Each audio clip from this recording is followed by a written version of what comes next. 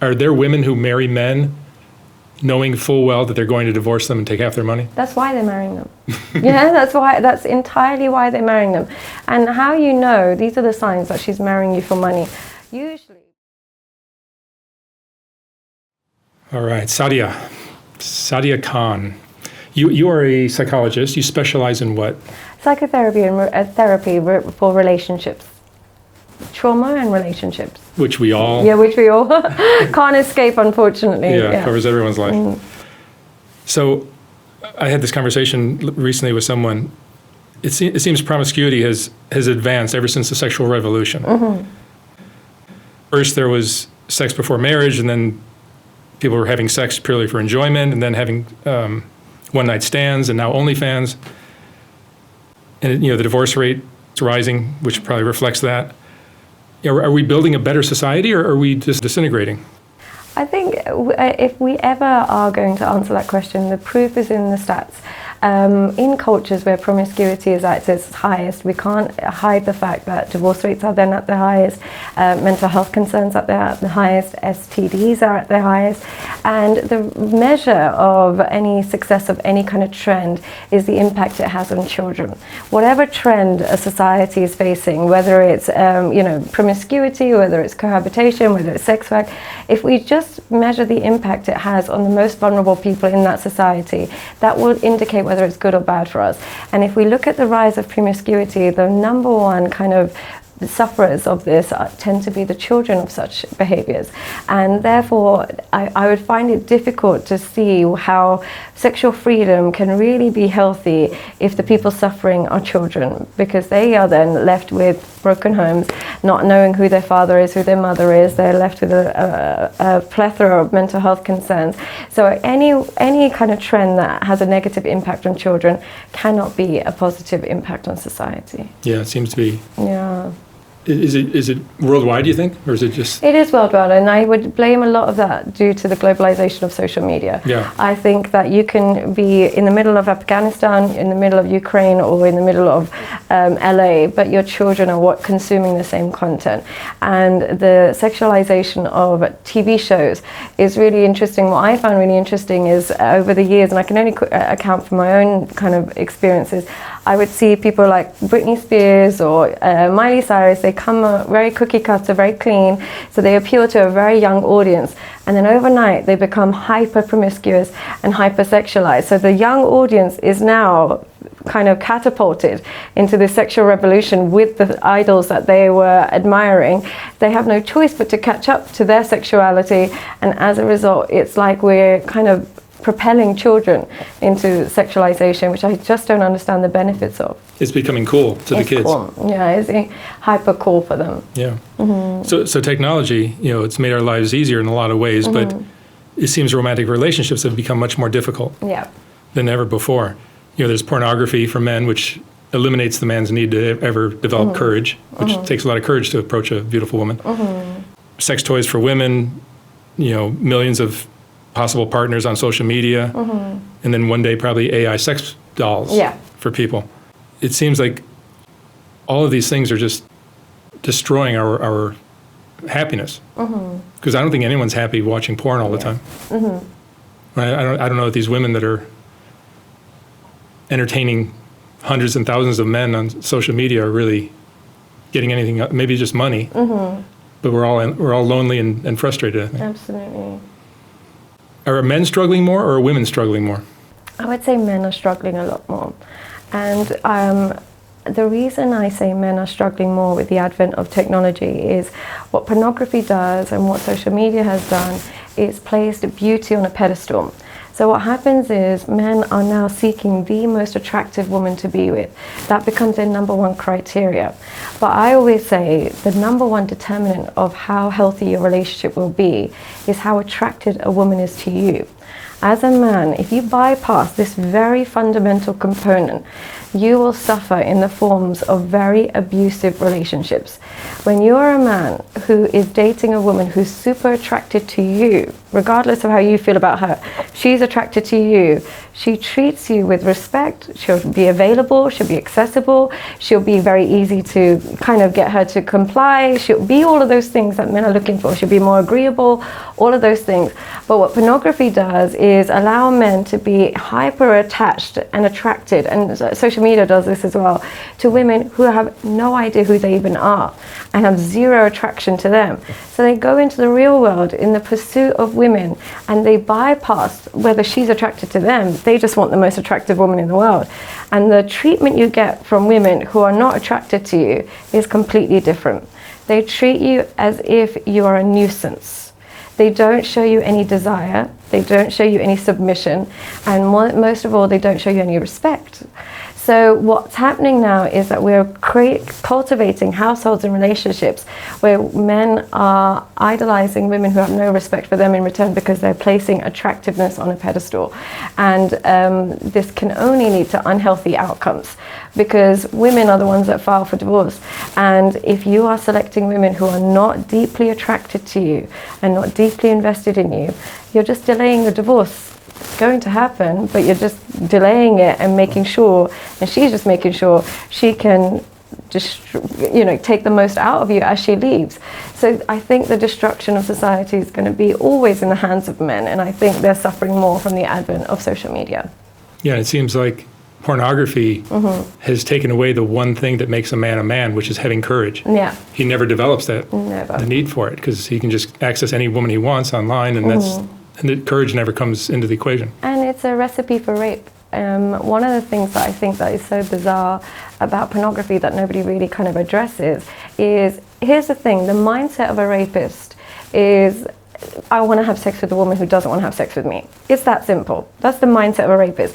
We have taught everybody that rape involves holding a woman down, she's punching, crying, kicking, and only then is it rape. But the fundamental core ingredient is wanting to have a sex with a woman who doesn't want to have sex with you. What pornography does is allow you to find a loophole to that desire. Having sex essentially with women who don't want to have sex with you, who don't know you, don't see you, don't do anything, don't want you. So it gives you that loophole, and you don't even look at whether mutual attraction or affection is there. Now that is the fundamental ingredient of rape, and what pornography also does is exaggerate the sexual violence. It uses sexual violence with a woman that doesn't even know you're there, and you're watching it and witnessing it. There is no way that can't be a recipe for sexual abuse in the real world. So I just think it just devoids men of what their true instinct is, which is to find a woman who desires them, is now replaced with just finding a woman who will let him masturbate over her. I'd like to thank BetterHelp for being a sponsor of today's video. I think a lot of my viewers are going through things, just like we all are, whether you're a viewer or not of this channel. I think everybody goes through something. And whether it's depression or anxiety, or you're just going through a tough period of your life, talking with a professional can be really helpful. Personally, I go through just the stress of talking to so many people that are going through tough times, tough stories, is hard on me. And talking with a therapist is really helpful. So I just started doing that recently. It's been really great for me. I'm a huge fan of therapy. And with BetterHelp, you can have your therapy session as a phone call or a video session, or even messaging if you prefer. Whatever's most comfortable for you. I did mine as video, which is great. It's just like being in their office, but you're doing it from the comfort of your own home. And my BetterHelp therapist has been wonderful. Right from the get-go, he kind of figured out what my deal is, and was really helpful. And what's great about BetterHelp is you get paired with a therapist. You're matched within 48 hours in most cases. If you're just not feeling it with your therapist, you can try another one, or you can try as many times as you like until you find someone that you're comfortable with. And you can do that at no additional charge, which is really nice. So if you'd like to join the over 4 million people that have taken charge of their mental health by talking with an experienced BetterHelp therapist, you can actually get 10% off by going to betterhelp.com/soft white underbelly, or click on the link in the video description box below. Thank you for watching, and now back to the video. Yeah, it seems like we've all become very distorted. Yeah, and I find it so fascinating, particularly when I watch your channel, we can all see what trauma leads to prostitution, or what trauma leads to sex work. It doesn't come out of nowhere. It's no one that sits there and just comes out. So when we can disassociate and we just watch somebody getting that kind of treatment online and not for a second think, I wonder why she chose that career, or I wonder how she got here, it is creating a psychopathy in men where they're just not processing feelings or not having that empathy. Same in women that watch it. I find it super bizarre, women that can just sit and watch pornography without even once reflecting, I'm a woman, I know that I would feel quite violated if this was happening to me and it was being filmed. How did this woman get here? Even women can turn that off and just enjoy. And I just think, I don't know if that's a healthy world to create, where we can turn off empathy and replace it with desire and pleasure. Well, I think if the woman experienced sexual abuse as a child, then maybe opens up her mind to that. Yes, I would hope so. But what also it can do is desensitize that. It can almost make it feel like this is what my experience is somewhat normal. If I become hypersexual and I see people being sexualized, there's almost comfort in the community. So it can make them really triggered, but it also can make them very desensitized. Is female attractiveness and sexuality the ultimate commodity in our society? And sadly, and women have realized that very quickly. What's happened is that women are starting to realize that in order to get a man to invest in you, to marry you, to have that kind of home, gone are the days where he's looking for somebody that will just treat you well and be loyal to you. They are willing to sacrifice that in order to be with a woman who looks great and knows how to perform sexually. So what's happened is the measuring stick which men use to invest in a woman is how much she pleases him sexually. So the good women, or the women that are not so sexually averse or not so attractive, are just thinking, I don't stand a chance, really, because even unattractive men can replace women with pornography, but unattractive women don't have a way of replacing men. So they suffer, and all they might turn to is surgeries and fillers and all that sort of stuff. So being an unattractive woman is a really difficult time to be alive for them. I think a lot of people talk about how hard it is for men that can't get women, but no one mentions how difficult it is for women who can't get men. They do exist. There's this kind of rumor online that every woman can have sex if she wants it. It's not that easy. If you're an unattractive woman, men would rather turn to porn than be with you. So she has it way harder than an unattractive man, because if he really wants to pleasure himself, he can do that himself.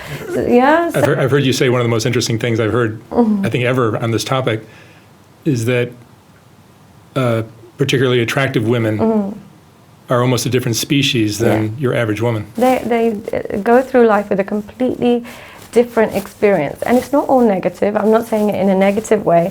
A lot of it, there's a lot of perks to it, but the main kind of ramification of being beautiful is you're a commodity, or you're a threat.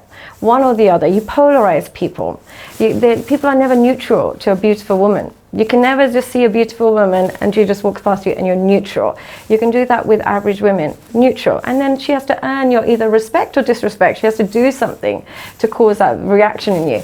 As a beautiful woman, you can do absolutely nothing, and you can incite intense hatred in either men and women, mainly women, but even men. They might see a really beautiful woman and intensely start to criticize her, so that they almost kind of skip the rejection part. Unconsciously, they're rejecting her before she can reject them. So they might say things like, oh, she wears so much makeup, or oh, I bet that she's had so much. It's their way of unconsciously kind of diminishing her before she has the chance to do that to them.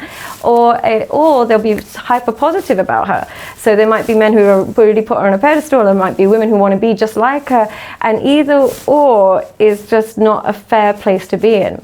So the beautiful women either over-identify with being beautiful, make that their entire personality and go down that career, or they get really, if they're trying not to make that their career, not make that identity, they suffer in the form of vacuous relationships and a lot of negativity from same sex. Yeah, that's what I see, particularly like in the comments on my channel. If I post a video of a particularly attractive female, or even a man who's attractive, you know, not necessarily physically, but maybe his personality or his charisma, whatever, the comments will be crueler than anything you'll ever see. Isn't that crazy? Like the more... Oh, you're going to hit the wall. Let's see what she looks like in 10 years. You know it's going to suck for her. And just all these terrible comments. Yeah, and which happens to everybody. Yeah, but I would imagine, and I can only go by my own experience, but I would imagine if I was severely overweight or considerably older or whatever and saying the exact same thing, I might still attract hate, because I know what I talk about is quite controversial. But I doubt the hate would be directed to my appearance. Whereas the way I stand at the moment on social media, I'm not trying to be negative. There's lots of beautiful comments and lots of very nice things that are said to me, but I went into social media with zero kind of expectation that any appearance talk would be it, because that's not what I came here for, but it still becomes a focus. So I kind of just, I'm very numb to it. It's something I've experienced my whole life, and I think I experienced so much negativity with appearance only because I never pursued a career that monetizes appearance. I was always a teacher, I was always something academic, I was always in that realm, and in that realm people can't accept the two worlds colliding, so I always got a lot of negativity from it, which is fine, it's okay, and they're right, one day you do hit the wall and it will go, and then you won't have to worry about it so much.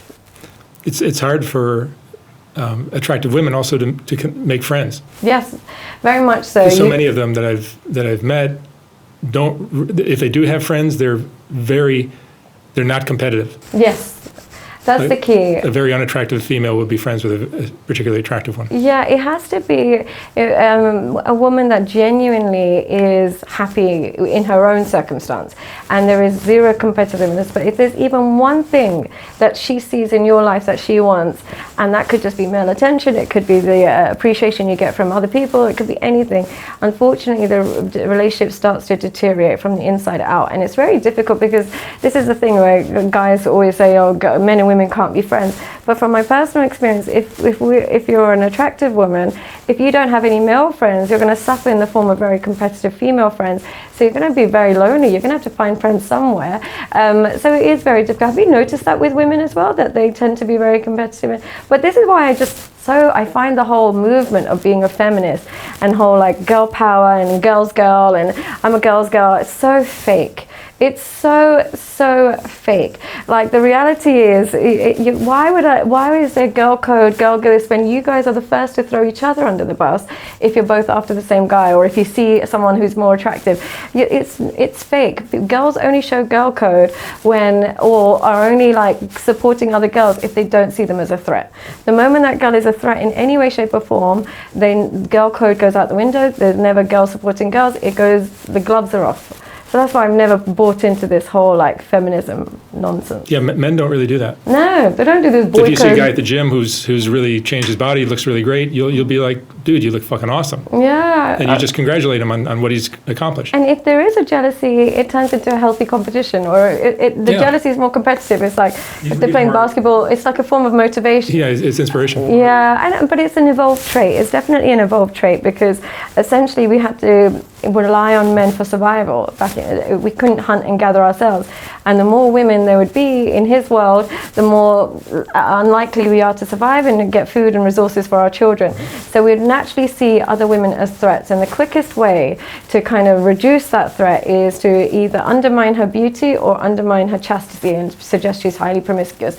So those are usually the two routes women go for when they're trying to attack a woman. A lot of envy out there. Yeah, there's a lot, unfortunately. Mm-hmm. Mm-hmm. Are all romantic relationships transactional? I think, here's the thing, Even I think marriage? Unconsciously they have, I wouldn't say they're transactional, but I don't believe in unconditional love. I don't think love should be unconditional. Outside of your children and your parents, it's not going to be unconditional. I think if somebody treats you badly, you're no longer attracted to each other, somebody provides no benefit to you and you've got no connection, you're not going to be unconditionally in love with them. So I think there are always conditions, but some people's conditions are far more transactional than others. Yeah, that's a good way of saying it. Yeah, so I would say, like, for example, my conditions might be that you have to be loyal to me, you have to be faithful, and we have to trust each other, etc. But another person's condition might be that you have to provide for me, you have to provide provide for my parents, and you have to do this, and you have to do. So just everybody has conditions. Some of those conditions are far more transactional than others. And how you know how transactional it is how attracted the person is. If they are genuinely attracted to you, it gets less and less transactional. As the attraction decreases, the transaction increases.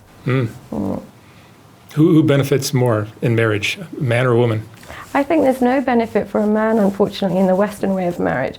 I think it's so sickening that, we have this agreement that women, when they divorce a man, they can just leave with a lot of his money or expect alimony for the rest of their life. And one of the things I always ask women is, are you going to have sex with him after you divorce for the rest of your life? And she's like, why would I do that? I was like, then why do you expect payment for the rest of your life?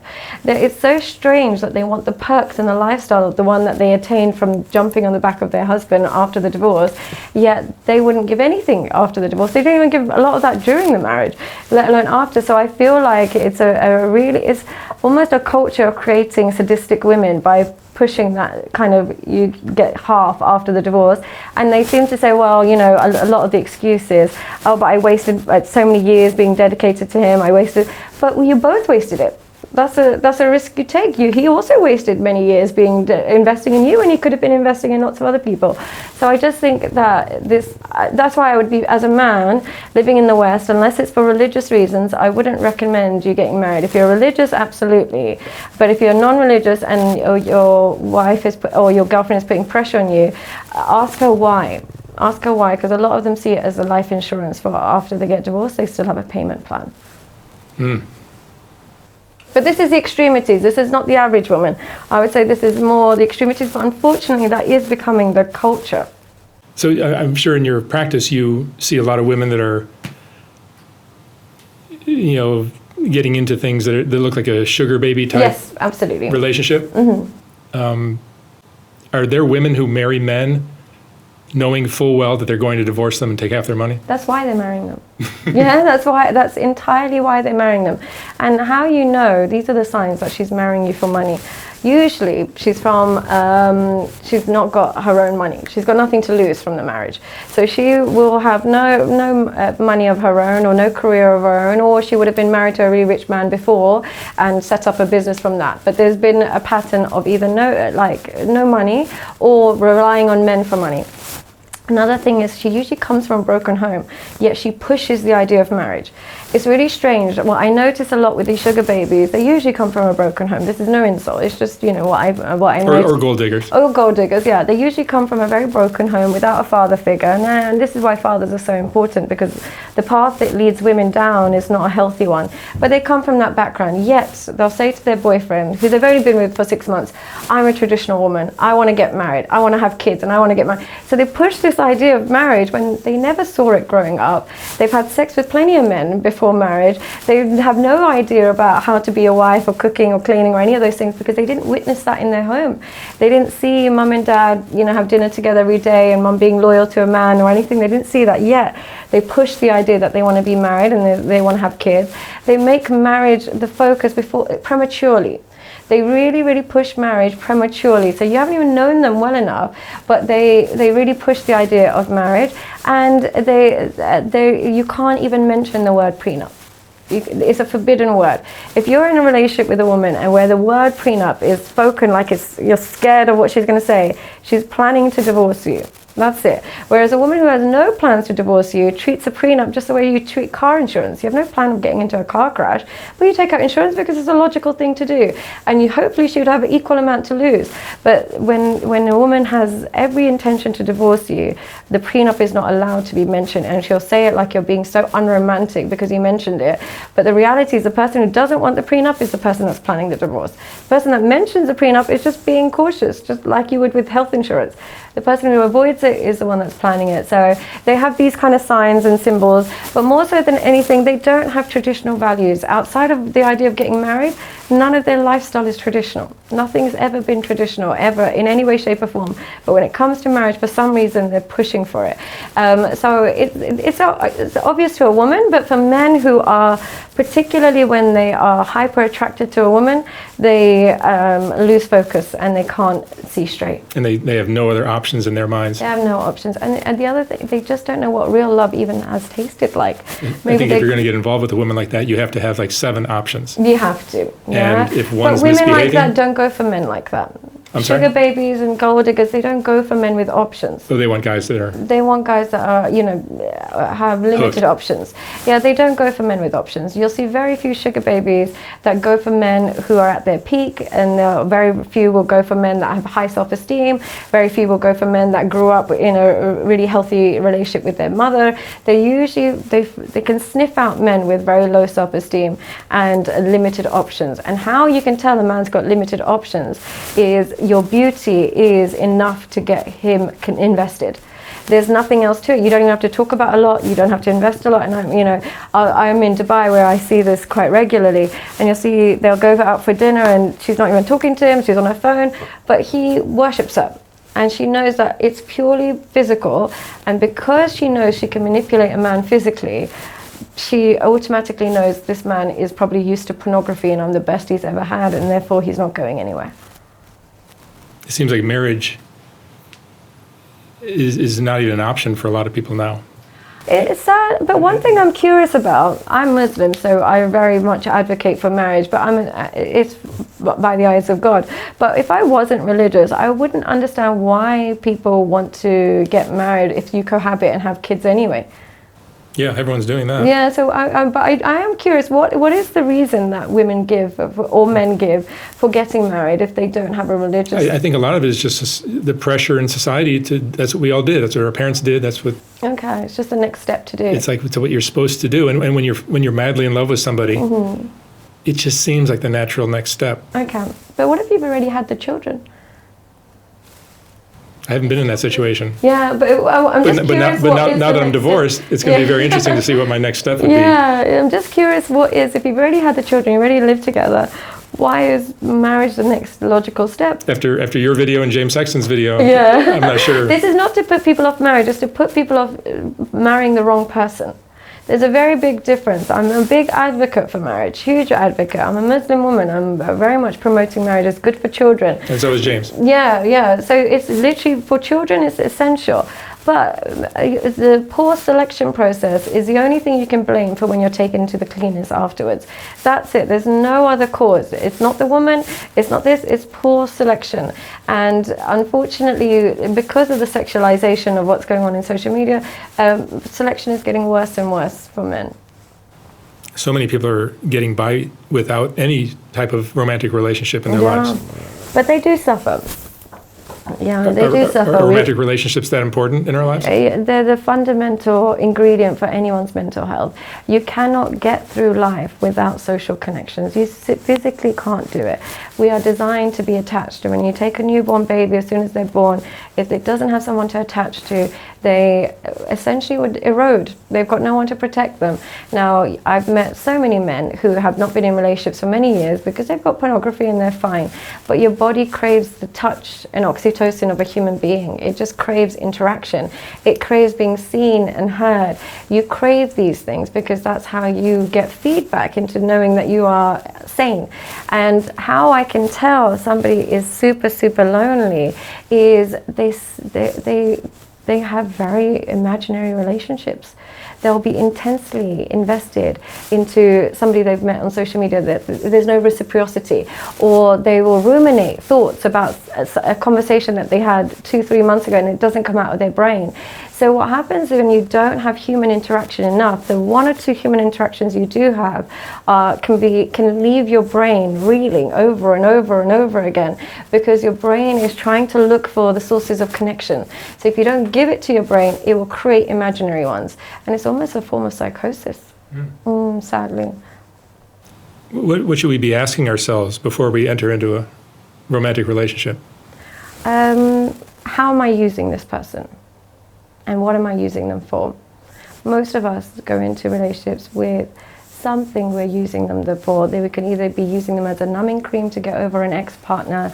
We could be using them as a way to feel stable because of, we've got no finances ourselves. We could be using them as an ego boost because I've gotten a bit older as a man. I want a young 27-year-old so I can walk into a room and people can stare at me. How am I using this person? We're all using this person to some extent. Now, if the answer is healthy, it's because I'm using them because they make me feel safe. I can help make them feel safe, and we can provide something for each other that will create a good connection. I'm using them because they make me feel safe, and I hopefully make them feel safe. That's my usage. That's a good usage. Yeah, if we're using people because they make us feel emotionally safe, they make us feel heard, they make us feel seen, and they make us feel loved. If that's your form of using them, that's okay. That's a healthy form of using. But if I'm using them because there's an unmet need here, or there's an ex that hurt me in that way, or my father didn't do this and you need to now do that, my mother caused this trauma and now you need to do this. If we're using them from that perspective, it's not going to last. The glue is too weak. I've heard you also say that in marriages we've replaced duty with hedonism. Yeah, sadly. I mean, the thing is, like, family members, before, when we were more collectivist, we would have a duty of care to others. We've replaced that with a duty of care to ourselves. We've replaced everything to self-love, self-care, self. We've just replaced everything. Almost everything has self in front of it. I can't think of the last time we've got a concept or a trend that involves duty, and it's an obligation and responsibility. These things are now seen as boring, and they're seen as oppressive. So what culture has done is turn duty into a form of oppression, and hedonism and selfishness as a form of liberation. And it's indoctrinated all of us. And it seems like for a lot of people, once the novelty of the romance wears off, the routine of everything just becomes too boring to tolerate. When you can no longer feed my ego, I have no duty of care to you, is what we're getting. If you can no longer pay all my bills, I have no duty of care to you. Or if you can no longer make me feel or look good in front of my friends, and if you no longer can arouse me sexually the way you used to, I have no duty of care to you anymore. So the lack of duty of care to the people that you've created children with, you've created homes. I'm not saying everybody's perfect. Sometimes some partners really do push you. But I'm just saying in general, the lack of duty of care is something that I think it actually starts from the home. I grew up in London, and one thing I just found so bizarre is children would move out from the age of 18, and 17, 18, they'd be looking to move out, or their parents would charge them rent. And 18 is so young to me. You don't really earn enough to do that. But there was no duty of care after that age. And then what that does, it comes full circle. What would happen is the children would no longer care about the parents as the parents would age. So the duty of care would stop so young. I can only compare it to my own culture. I'm not saying my culture is perfect by any means, but the duty of care never stops, and it then reverses from the children then caring to the adults until they pass. But the duty of care just doesn't stop, and I think that's what collectivist cultures have kind of tried to maintain, but it's dissolving due to Western kind of ideology and individualism. Yes, like sacrifice is such an important part of everything we engage in. Yeah. To become successful in your career, you need to sacrifice a lot of time and get an education, or spend a lot of time and effort into that, or to develop a healthy body, you need to put a lot of work in at the gym. Mm-hmm. But romantic relationships, we don't seem to understand that, and sacrifice is not really even in the discussion. People will go into a marriage without bearing in mind what the sacrifices it involves at all. And the main sacrifice it involves for men and women is alternatives. And unfortunately, we live in a time where both men and women are saturated with alternatives. I would say women more so than men, because of the advent of social media and dating apps means that they can just jump online and on that day they get alternatives.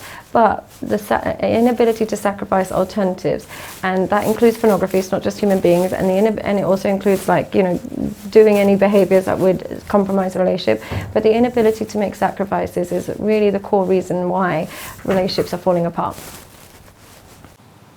A common question asked by men is, what do women want? But I think that answer never leads to the man getting the woman that he wants. Yeah. I think the more important question is, what kind of man are women attracted to? Yeah, okay. That's a great question. That's a way better question rather than what do women want. Because if you ask a woman what she wants, I want a man who's nice to me and he's nice to my parents, kids, whatever. He's got a good sense of humor. But what women truly want is... I would say, and this is, I think this is universal, and they disagree with me, but I really do, and I've said this a couple of times. The core thing for women, evolutionary-wise, is somebody they cannot manipulate. You could be David Beckham. I could be dating David Beckham, right? Who is David Beckham? But if I realize in very few conversations that he's a bit of an idiot, I can tell him I'm here and he believes me, or I can tell him I lost my wallet and he gives me money, or I can tell him I'm with my friends when really I've got another man here and he believes me. David Beckham becomes somebody I don't respect. David Beckham becomes somebody I'll leave on read and won't even reply to his messages. So what happens is the ability to manipulate a man is something that not all women are intending to do this. We're not intending to do this. A lot of women, majority of women are not intending to do this. But when they meet a man they can do that to, good women filter themselves away from him. If a good woman would see that, even David Beckham is I don't want anything to do with it, he's lost his appeal. It will make only bad women select you. Women that are planning to come home late, women who are planning to talk to their ex-husband or ex-boyfriend, women who are planning to still, sell their body online or whatever it is.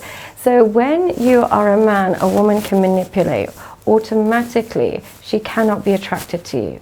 She can't be attracted to you.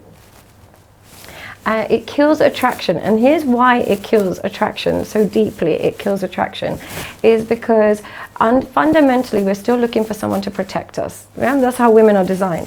Now if you can't spot how I might be a threat to you and the threats that I'm creating in your life by maybe I'm talking to another man, or I'm still selling my body, or I'm still doing this, if you can't spot those threats, how can I trust that you would be able to spot the threats when me and you go out and go into new environments? Or how can I trust that when another woman tries to manipulate you, you're going to stand your ground and see through it? I won't be able to relax because you can't protect me. How can I, if I can manipulate you, anyone can. So the thing is, when people always think, oh, woman cheated, but to get there, but to even get to the cheating part, it would have been slow and steady manipulation. Slow and steady, lies that you believe, excuses that you accept, timings that you don't add up. You're not connecting the dots. So by the time she gets to cheating, it's not the cheating that led her to leave you. It was the ability to lie to you and you believing it throughout the years that led to the cheating. And then she met somebody she can't lie to or doesn't fall for her nonsense, and she automatically is seen as a man. So the cheating and all these things are not the issue. It's how much did you get? Now, by all means, I'm not saying you need to be a toxic man and say, where are you going? What are you doing? This, that, and the other. No, that's not what you need to do. That's the opposite of what we want. We don't want that. We don't want insecure. But how you become a man that you cannot manipulate is, firstly, you're a man that doesn't idolize sex. She can't treat you how she wants, and then just simply because she sleeps with you that night, you forget all about it. That's the first thing. You don't idolize sex. But the second thing is you're looking for alignment between her words and her behaviors. If you are a man and you can align and you can see that a woman's behaviors and her words are totally aligned, she knows she can't manipulate you. But if you're a man that just believes what she tells you and ignores all of her behaviors, ignores all of her past, ignores all of her traumas, just because you hear what you want to hear, unfortunately she puts you into the category of the men she can manipulate, and therefore you'll only attract women who are planning to manipulate. This is why nice guys finish last.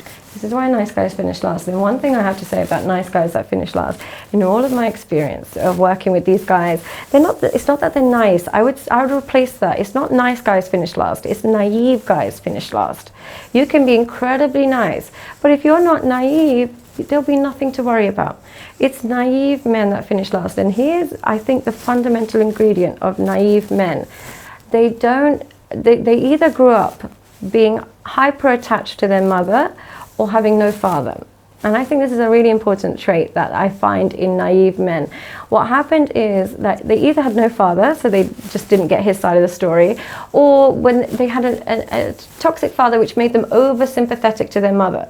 So then what happened is they just grew up thinking mom is right, dad is bad. They grew up with that dichotomy. And as a result, they somehow go into the real world thinking women are innocent and men are bad. So if she says to you, my ex was so toxic, he was a narcissist, she's like, oh my God, I totally believe you. Poor thing, let me help you.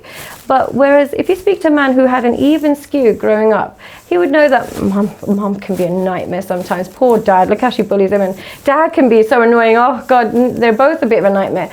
When you grow up with that even playing field, when a woman says to you, oh, my ex was a narcissist, my ex was so abusive, this happened to me, woe is me. You're thinking, well, what did you do? Because you experienced that at home. Because I say this as somebody who's very attached to my mum and dad. But when my mum would say to me, oh, you know, your dad did this today, I'd be like, yeah, but mum, what did you do? I know, come on, be honest, what did you do? Because they're both as bad as each other. But when somebody hyper attaches to one parent, they take that kind of blinkers into the real world. So I would say nice guys, what happened is either they just took the mum side too much, or they just didn't question reality. They have a really poor relationship with the truth. They don't look for truth, they just look for what they want to hear. So whatever's easier for them, they'll take that. They don't fact check anything. So I would say naive guys finish last. And if you want to be naive and you want to believe that this girl who, you know, is, you know, maybe a quarter of your age and genuinely loves you and is only talking to her ex because he's so toxic and she just needs closure, if you're that guy that believes it, just believe you're going to be upset coming forward. Yep, that's good advice. Certain men have given all men the reputation as being liars and cheaters. Yes. But in reality, I think I've heard you say that women are typically more guilty of this than men. I would say women are by far more guilty of this, and I can't believe that we've kind of created this culture where we just believe that men are, you know, the liars and the cheaters. And I find it so fascinating that I'll have clients where the woman is literally cheating on her husband and she'll say men are trash.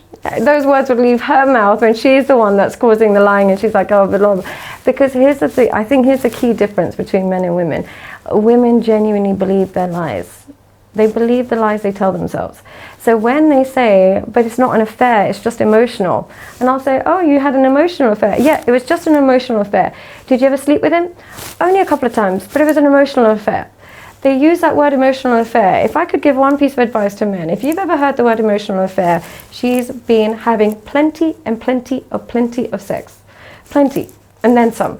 They use the word emotional affair to make themselves feel less guilty. There's no such thing as an emotional affair. Look, I have many male friends in my life who I'm very, very close to. Now, if we're going to use the term emotional affair, that could be seen as an emotional affair because I talk to them every day, I love them, I care about them, they care about me, we call each other, whatever it is. The key reason it's not an affair is because there's no sexual interest on both of them. If you're saying emotional affair, what makes it an affair? It would just be a friendship, no? The fact that they're saying emotional affair is their way of diluting the truth. There was physical relationships, and here's a bigger problem. Men believe it. The bigger problem is, oh no, she had an emotional affair. I think she started talking to the guy, but nothing happened. You're a man, right? You're a man. Ask yourself this. If you're a man talking to a woman that you know is interested in you, so much so that she's risking her relationship, are you just going to talk to her? Are you not going to sleep with her? So you're just believing your woman's version of events, but try and think of it from the perspective of the man that she's talking to.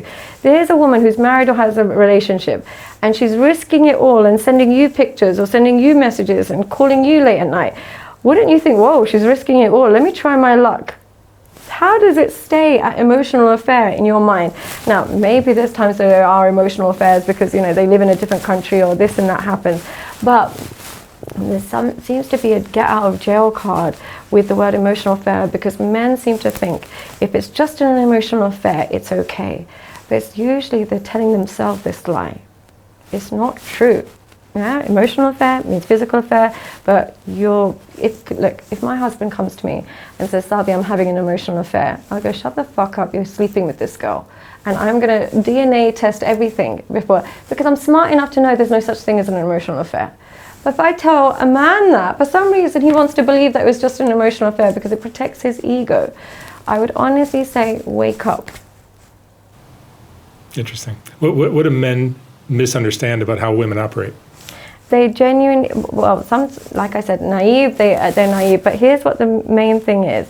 They think women don't care about attraction. This is the fundamental mistake men make. They think women don't need to be attracted and don't. we do. I'm not saying you need to be super handsome, but we have to be attracted to you. Whatever that is. Some women are attracted to dad bods, some women are attracted to short men, some women are attracted to any race, any color, any size. But they have to have attraction for her to respect you and have a fear of losing you.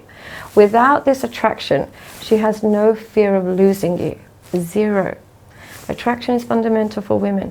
And what happens in this day and age, or this kind of culture, is back in the day, I'm not saying it was as essential. I would imagine in my parents' generation, particularly in Pakistan where I'm from, attraction was not relevant. It is not relevant. You can be happily married and so on and so forth.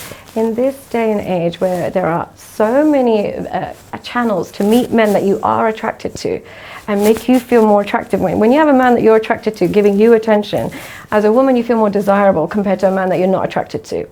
Like, for example, I might be waiting at the bus stop and if it's a really handsome man comes up to me and asks me for my number, I'll say, I'm really sorry I'm taken, but thank you so much, have a great day. Now, if a crackhead comes and says that, I'll say, shut the fuck, get away from me. Attraction is the fundamental difference, is how I'm treating them. So when men, I think what they get wrong is they think they can buy attraction. They think if I treat her well, if I give her this lifestyle, if I show her safety, if I can do this, if I can do this, I can do this, she will love me deeply. Unfortunately, attraction is similar to friendship. You can't buy it. You cannot buy it, and you can't bypass it. So I think the fundamental mistake men make is they think attraction is something you can compensate. And I know I've said before in interviews that you can make up for looks by being funny and charming. I agree, but the key, I'm still sticking to that. What I'm saying is she has to be attracted to you. It could be your sense of humor. She has to find you physically attractive. If she doesn't find you attractive, there's nothing you can do. If she just doesn't do it. I need to explain that a bit better, because I've said in previous podcasts that you can compensate it through money or through charm. What I mean by that is she still has an underlying attraction. You can find a really funny man attractive. You can find a really charming man attractive. He might not be physically, but you can find him that. But if you haven't sparked that attraction in her, you won't get the respect out of him. There's so much we don't understand about relationships, isn't there? And it's so hard for men as well. I had a client the other day, and I was trying to explain to him, he made this mistake where he grew up watching a lot of rom-coms.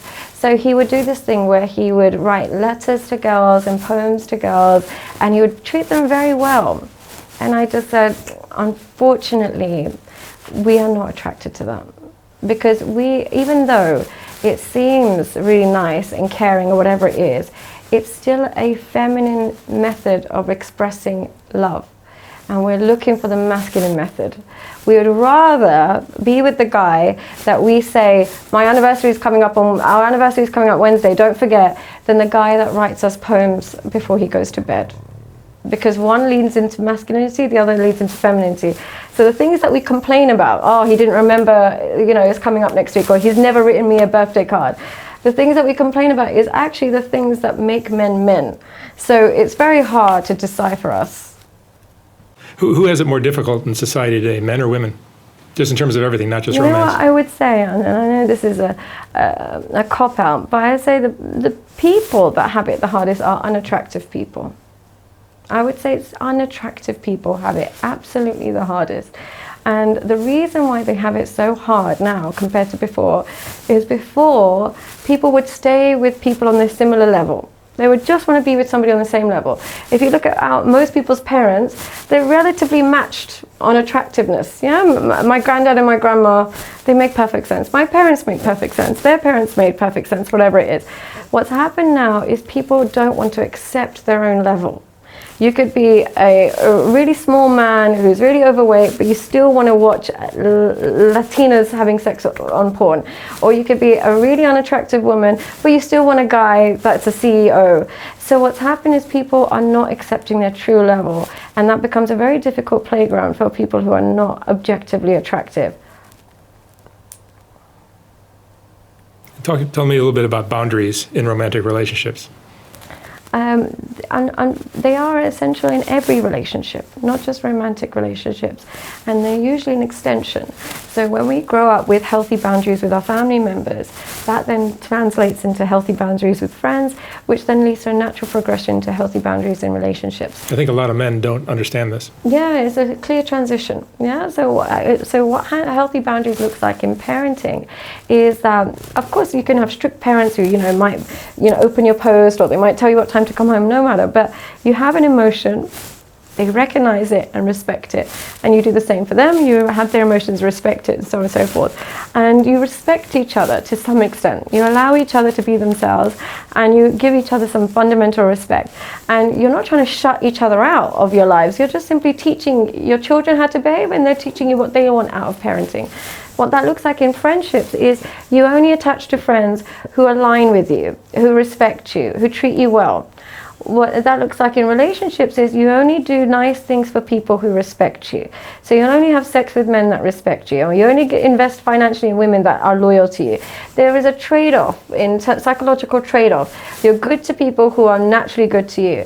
Now, when that's broken in any way, shape or form in childhood, where boundaries were not respected, they were crossed, or you weren't felt loved, you might have thought that there is no boundaries, or there is no, there is no line, you just earn love.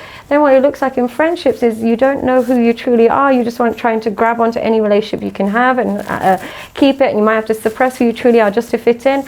And then what that looks like in relationships is you think that the only way to maintain this relationship is to allow this person to do whatever they want. And you have this mentality of happy wife, happy life, or just giving in, and you think that by completely suppressing your boundaries will maintain the relationship. But human beings are looking for boundaries.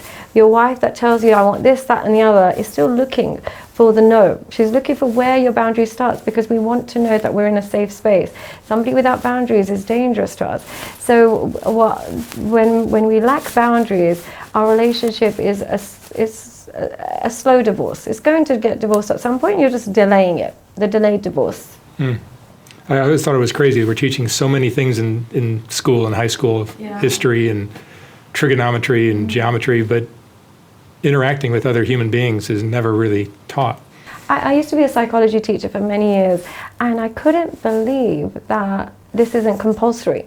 When I was teaching the children about the effects of childhood in particular, and in particular the effects of trauma in children, and how that affects your development, and how that affects your education, I couldn't believe this is not compulsory. Why are we not teaching people that if you treat children like this, they go on to be difficult teenagers, and then they go on to be difficult partners, and then they go on to be difficult parents?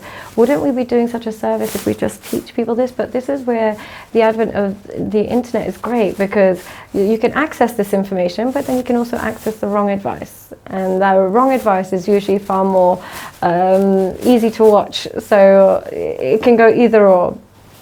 Is there a lot of misinformation? Plenty, particularly for men. There is so much misinformation for men. It's teaching them that you just have to be really rich and successful and every woman will submit to you. You attract the worst women when you're really rich and successful. Or it's teaching them, treat them mean, keep them keen. If you just play hard to get and you treat her badly, she'll run after you. I'm not disagreeing with that, but it would only be broken women that attach to that method. Only a broken woman would really attach to inconsistency. So if you're going to play these games, treat them mean, keep them keen, or you're going to cheat on them and then show them that you're the man and you can be an alpha man with several women, you are filtering out healthy women who want a monogamous, healthy marriage, because they can't keep up with that mentality. They also have a very healthy sense of self and self-esteem. They don't allow someone to treat them mean to keep them keen. So when you do these kind of tricks, you are filtering out healthy women and only inviting self-sabotaging women into your world. Once you get involved with someone who comes from a broken childhood, or from where they had childhood abuse, whatever sort, is there ever any hope of them functioning normally in a relationship? I don't want to be negative in any way, shape or form, but what I would say is if there's one broken person in a relationship, there's two. One has a broken, perhaps, circumstances, and the other one attaches to people with broken circumstances because they believe that if they show them a different route, now this person will forever be in love with me. But which rarely works out. It rarely works out. And if it does work out, the person is no longer attracted. Yeah, well, the moment, look, we're attracted to our childhood shapes what we know love to be. If you are completely opposite to the alcoholic father that we had, or the neglecting mother, and you're the exact opposite of that, we might appreciate you for a minute, but that doesn't feel like love, because love felt like this at home. So you are just going to, either we're going to push you until you become like that aggressive parent, or we'll replace you with somebody who feels like home. Some people like broken birds. Yeah, that's how they're designed, unfortunately. And I don't mean this negatively, because I don't want anyone to just, if they are watching this and they come from a broken home, or they come from a broken background, think it's doom and gloom. But until you acknowledge and resolve this, you will literally, the trauma is contagious, and you'll traumatize the person that's trying to love you. But the problem can be that that's the only type of person that you're sexually attracted to. But then you have to ask yourself, why? Why are you attracted to brokenness? Either you don't feel worthy of somebody whole, and you feel like if I meet somebody with high self-esteem, she will realize that I have low self-esteem, and therefore we're not compatible. Or there might have been a brokenness that you might have had a parent that was over-dependent on you, and you had to kind of heal and soothe a very broken mother, and you think that that's how you became a good boy, and this is what creates love, when really in the real world it doesn't create love. Because here's the thing, when we are super, super broken as a woman, or as a man, when we are truly broken, the person that's trying to love us is somebody we can't understand. If I know I've got all these demons and you are giving me love, consistency, honesty, transparency, I don't think, wow, thank you. I just think, what's wrong with you? Why would you want to love someone like me? There must be something wrong in you. So I will literally try and find the flaws in you until you leave. A lot of people push people away. They push people away. So if you find yourself attracted to brokenness, you have to ask yourself, are you truly, what is it about the brokenness that you're trying to heal? What are you getting from it?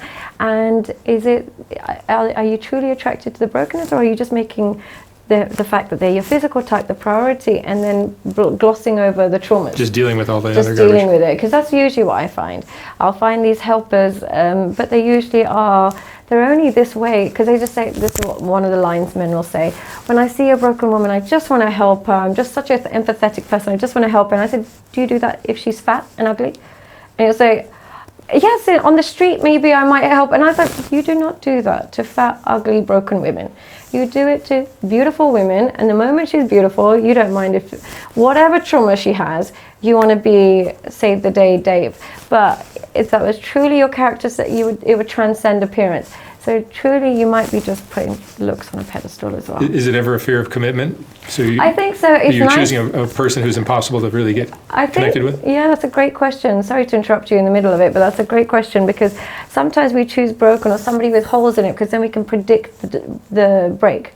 We can predict when it's going to end. Somebody perfect would mean that maybe we'll end up together forever, and I don't really want that. But somebody with lots of holes in them, I know at some point it's going to run its course, and then it won't hurt so bad, because I can say, well, I always knew she was like this, or I always knew he was like this, so it's not that painful. So it's definitely a fear of commitment as well.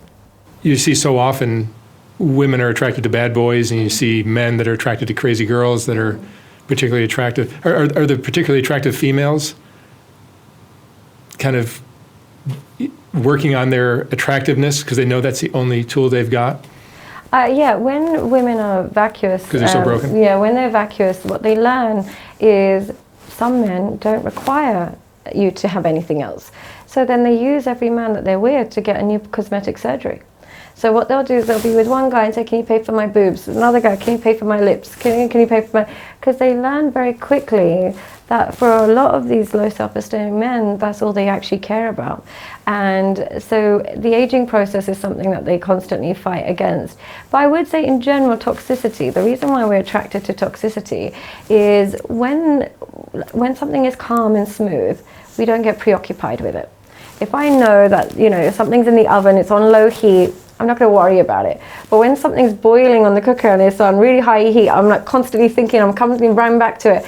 So what happens in relationships, the more inconsistent and the more traumatic the relationship is, the more you get into a limerent stage of just focusing on it and being obsessed with it. And we mislabel that obsession as I must be in love with this person. I must be madly in love with them. I can't stop thinking about them. That's all I'm worried. But ask yourself, are you thinking about them out of positive thoughts, or are you usually thinking because you're worried they're going to hurt you in certain ways? And usually it's the latter. So I would say the relationship is much hotter, more exciting when there's danger of getting hurt. Exactly. Yeah, it's just slightly more danger to it, so we get obsessed with it. And the person that doesn't provide any danger, we kind of forget about. So unfortunately, we mislabel that obsession as chemistry because that's what we see in the movies so much. What we see in movies and cinemas and stuff, if you're not preoccupied with somebody, if you're not thinking about them all the time, and if they're not taking over your brain, you don't care about them. When really that is a signal of chaos and not somebody you should be attaching to. What is the attraction to bad boys or kind of emotionally unavailable women that are just crazy when you're younger? I think for the bad boy, why it's attractive is, here's the key with the bad boy. It's only flattering if a man loves you and is invested in you if he has alternatives. Bad boy tends to have alternatives. It is not flattering when the man that has zero alternatives, has nothing else going on in his life, tells you he loves you. So I wouldn't say we're attracted to bad boys. We're probably more attracted to the man that has a life that he enjoys with or without us. And because he has that, you know, whether we call him on the weekend or not, doesn't matter. It either be somebody else or he's got other things to go on and do and preoccupy. That's the guy we're slightly more attracted to. Whereas the guy that has nothing else going for him other than his obsession with us, we don't feel flattered by it. So we're quite, I would say it's more of a case of we're attracted to men that have a life that's worth living with or without us. Whereas the man that just dedicates everything to us, and men think that they're being really nice and they're really devoted, it signals a lack of utility. He's not doing enough. Is part of the problem today that we just have so many choices? Yeah, unfortunately. Yeah, like our parents' generation, or I know my parents' generation, that you found somebody that you were attracted to and you just settled down and that was it. Yeah, simple. There weren't 1,000 other choices that were possible. And we also had limited understanding of what attractiveness meant or looked like. It was just like the people in your neighborhood or the people in your area. And so now we can see people all over the world and they're somewhat accessible. They're somewhat, you know, you can just like a few pictures of them and it's just so different. And also the pornography doesn't help. One of the things I notice with men who watch plenty of porn is they start to have a particular type that they have nothing in common with. And that leads to a breakdown in relationship as well. What I mean by this is, I'll meet a man who's living, I don't know, maybe in New Jersey, and he really, really wants to be with a woman from Thailand. And he's obsessed. I like Oriental. I just want an Oriental girl. Blah, blah, blah. So he'll want to go be with that girl, and they have no emotional intimacy. They have nothing in common with each other. They didn't grow up in a similar world. They have no shared norms and values, but he has an obsession. And I always ask, what is your porn search? And they'll say, oh, that's not relevant. I've always liked this. And I was like, it's not possible. I was like, it's not possible because genuinely what's happening is you're bypassing emotional and intellectual intimacy and making this your criteria. The relationship is not going to have enough to sustain it. I'm not saying you can't have cross-cultural relationships, but without emotional and intellectual intimacy, they will fall apart. And that's why a lot of, you know, in America, there's a lot of this passport bros guys that will go abroad and find. They don't last because there's not enough of that connection. And one thing with women, they will always look for connection. So let's say, for example, she is from Thailand and she marries this guy from the US and all this stuff. She will still keep in touch with the guy that she went to school with, who's probably selling nuts on the street. She'd still want to be with him because he understands her in a way that no one else can. So we look for familiarity, but men look to familiarity in terms of what they're sexually attracted to. We look for familiarity in what we're emotionally attracted to. I think you and I are in agreement about how destructive pornography is, yes, for especially for men in our society. It seems like that's a can that can't be shut. It's going to be hard to close that. Yeah, hard to get rid of it now. I'm definitely not going to change the world with pornography. It's something that when I first started social media, Somebody asked me in an interview, what would you like to achieve from this? And I said, I would like to wake people up to pornography if I can. If I can take away anything from this experience of being on social media, is to wake people up to the dangers of pornography. And one of the reasons why, whenever I speak to a man who's highly manipulated by women and been cheated on several times by a woman, I always ask them, do you watch a lot of porn? And they say, why is that relevant? They'll call me and say, I caught her sleeping with her ex and this, that, and the other. Like, for example, I had a client who is a billionaire, right? And he is 43 years old, and he just got cheated on by a young girl, very young girl, young beautiful girl, and she was living a whole separate life behind his back. And the first question I said to him is, are you watching pornography? And he couldn't understand why I asked him that. And he said, why are you asking me that? And I said, because if you're 45 years old and this girl is 20 years old and you are sexually compatible, that means that she is very promiscuous, but because you're so used to pornography, you don't see that as a red flag. You see it as, great, I've met a girl that lets me do what I want to her, she lets me choke her out, she lets me throw cucumbers in her wherever. I don't know what they do in porno, I don't watch it. But he kept talking about how much they had physical chemistry. And I said, but didn't you see it as a red flag that if you're 20 years older than a girl and she can keep up with you sexually, don't you see that as a red flag that she must have had a lot of history and she has a promiscuous nature? And he said, I never thought about it that way. And I said, because you're watching pornography. When you're watching pornography, what happens is extreme sexual behavior, instead of seeing it as extreme, you see it as exciting, desirable. This is exactly what I'm looking for. So you take that lens into the dating scene. So when you meet women who are healthy, they don't allow extremities. They just don't let you. Or it takes a really long time for them to let you touch them like that. Or they have to establish a lot of love and connection first. But when you meet a hyper-promiscuous woman who might have a really extensive sexual past, she'll allow you to do that on the first night. And when you're not watching pornography, you'll think, and how did this young girl just let me do that to her on the first night? How come she's so up for threesomes? And like, I've only known her a couple of weeks.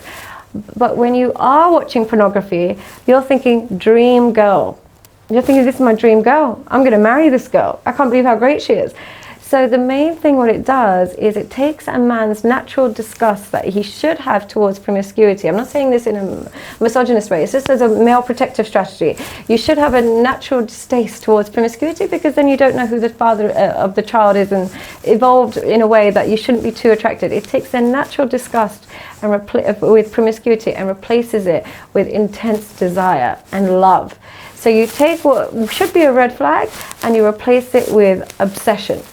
And that's all down to pornography. Sadia, what would you say is the most important thing people should keep in mind with romantic relationships? Pick somebody whose past, like childhood, is compatible with yours. Yeah, I'm from a Muslim background. My parents are Pakistani, and in our culture we have arranged marriages. I didn't have an arranged marriage, but we have arranged marriages.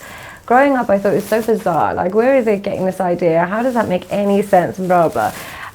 Doing the work I've done, how I know a couple is going to last when I go to their wedding is I can't tell whose family is whose because they're so similar to each other. I remember going to a friend of mine's wedding and I was like, oh, is that Steve's family or is it your family? And she's like, it's my family. And I was like, oh, they're so similar and they're so in sync with each other. I didn't know whose was whose. Now, when I go to other weddings where I see one has a completely different set of values to the other, I got a feeling it's not going to last so long. And I don't mean like in terms of race or anything, I just mean in terms of value system. When you could tell two values are so opposite. One is, really conservative and comes from a lot of stability, and the other one comes from a lot of chaos and there's a lot going on. And it's completely different. Unfortunately, when push comes to shove, what keeps us together is our shared norms and values. If we don't have them, we won't have them. Excellent. Sadia Khan, thank you so much. No, thank you so much for having me. Fascinating insights into what we all go through. Yeah, thank you. With relationships. Thank you so much. Thank you for having me. All right.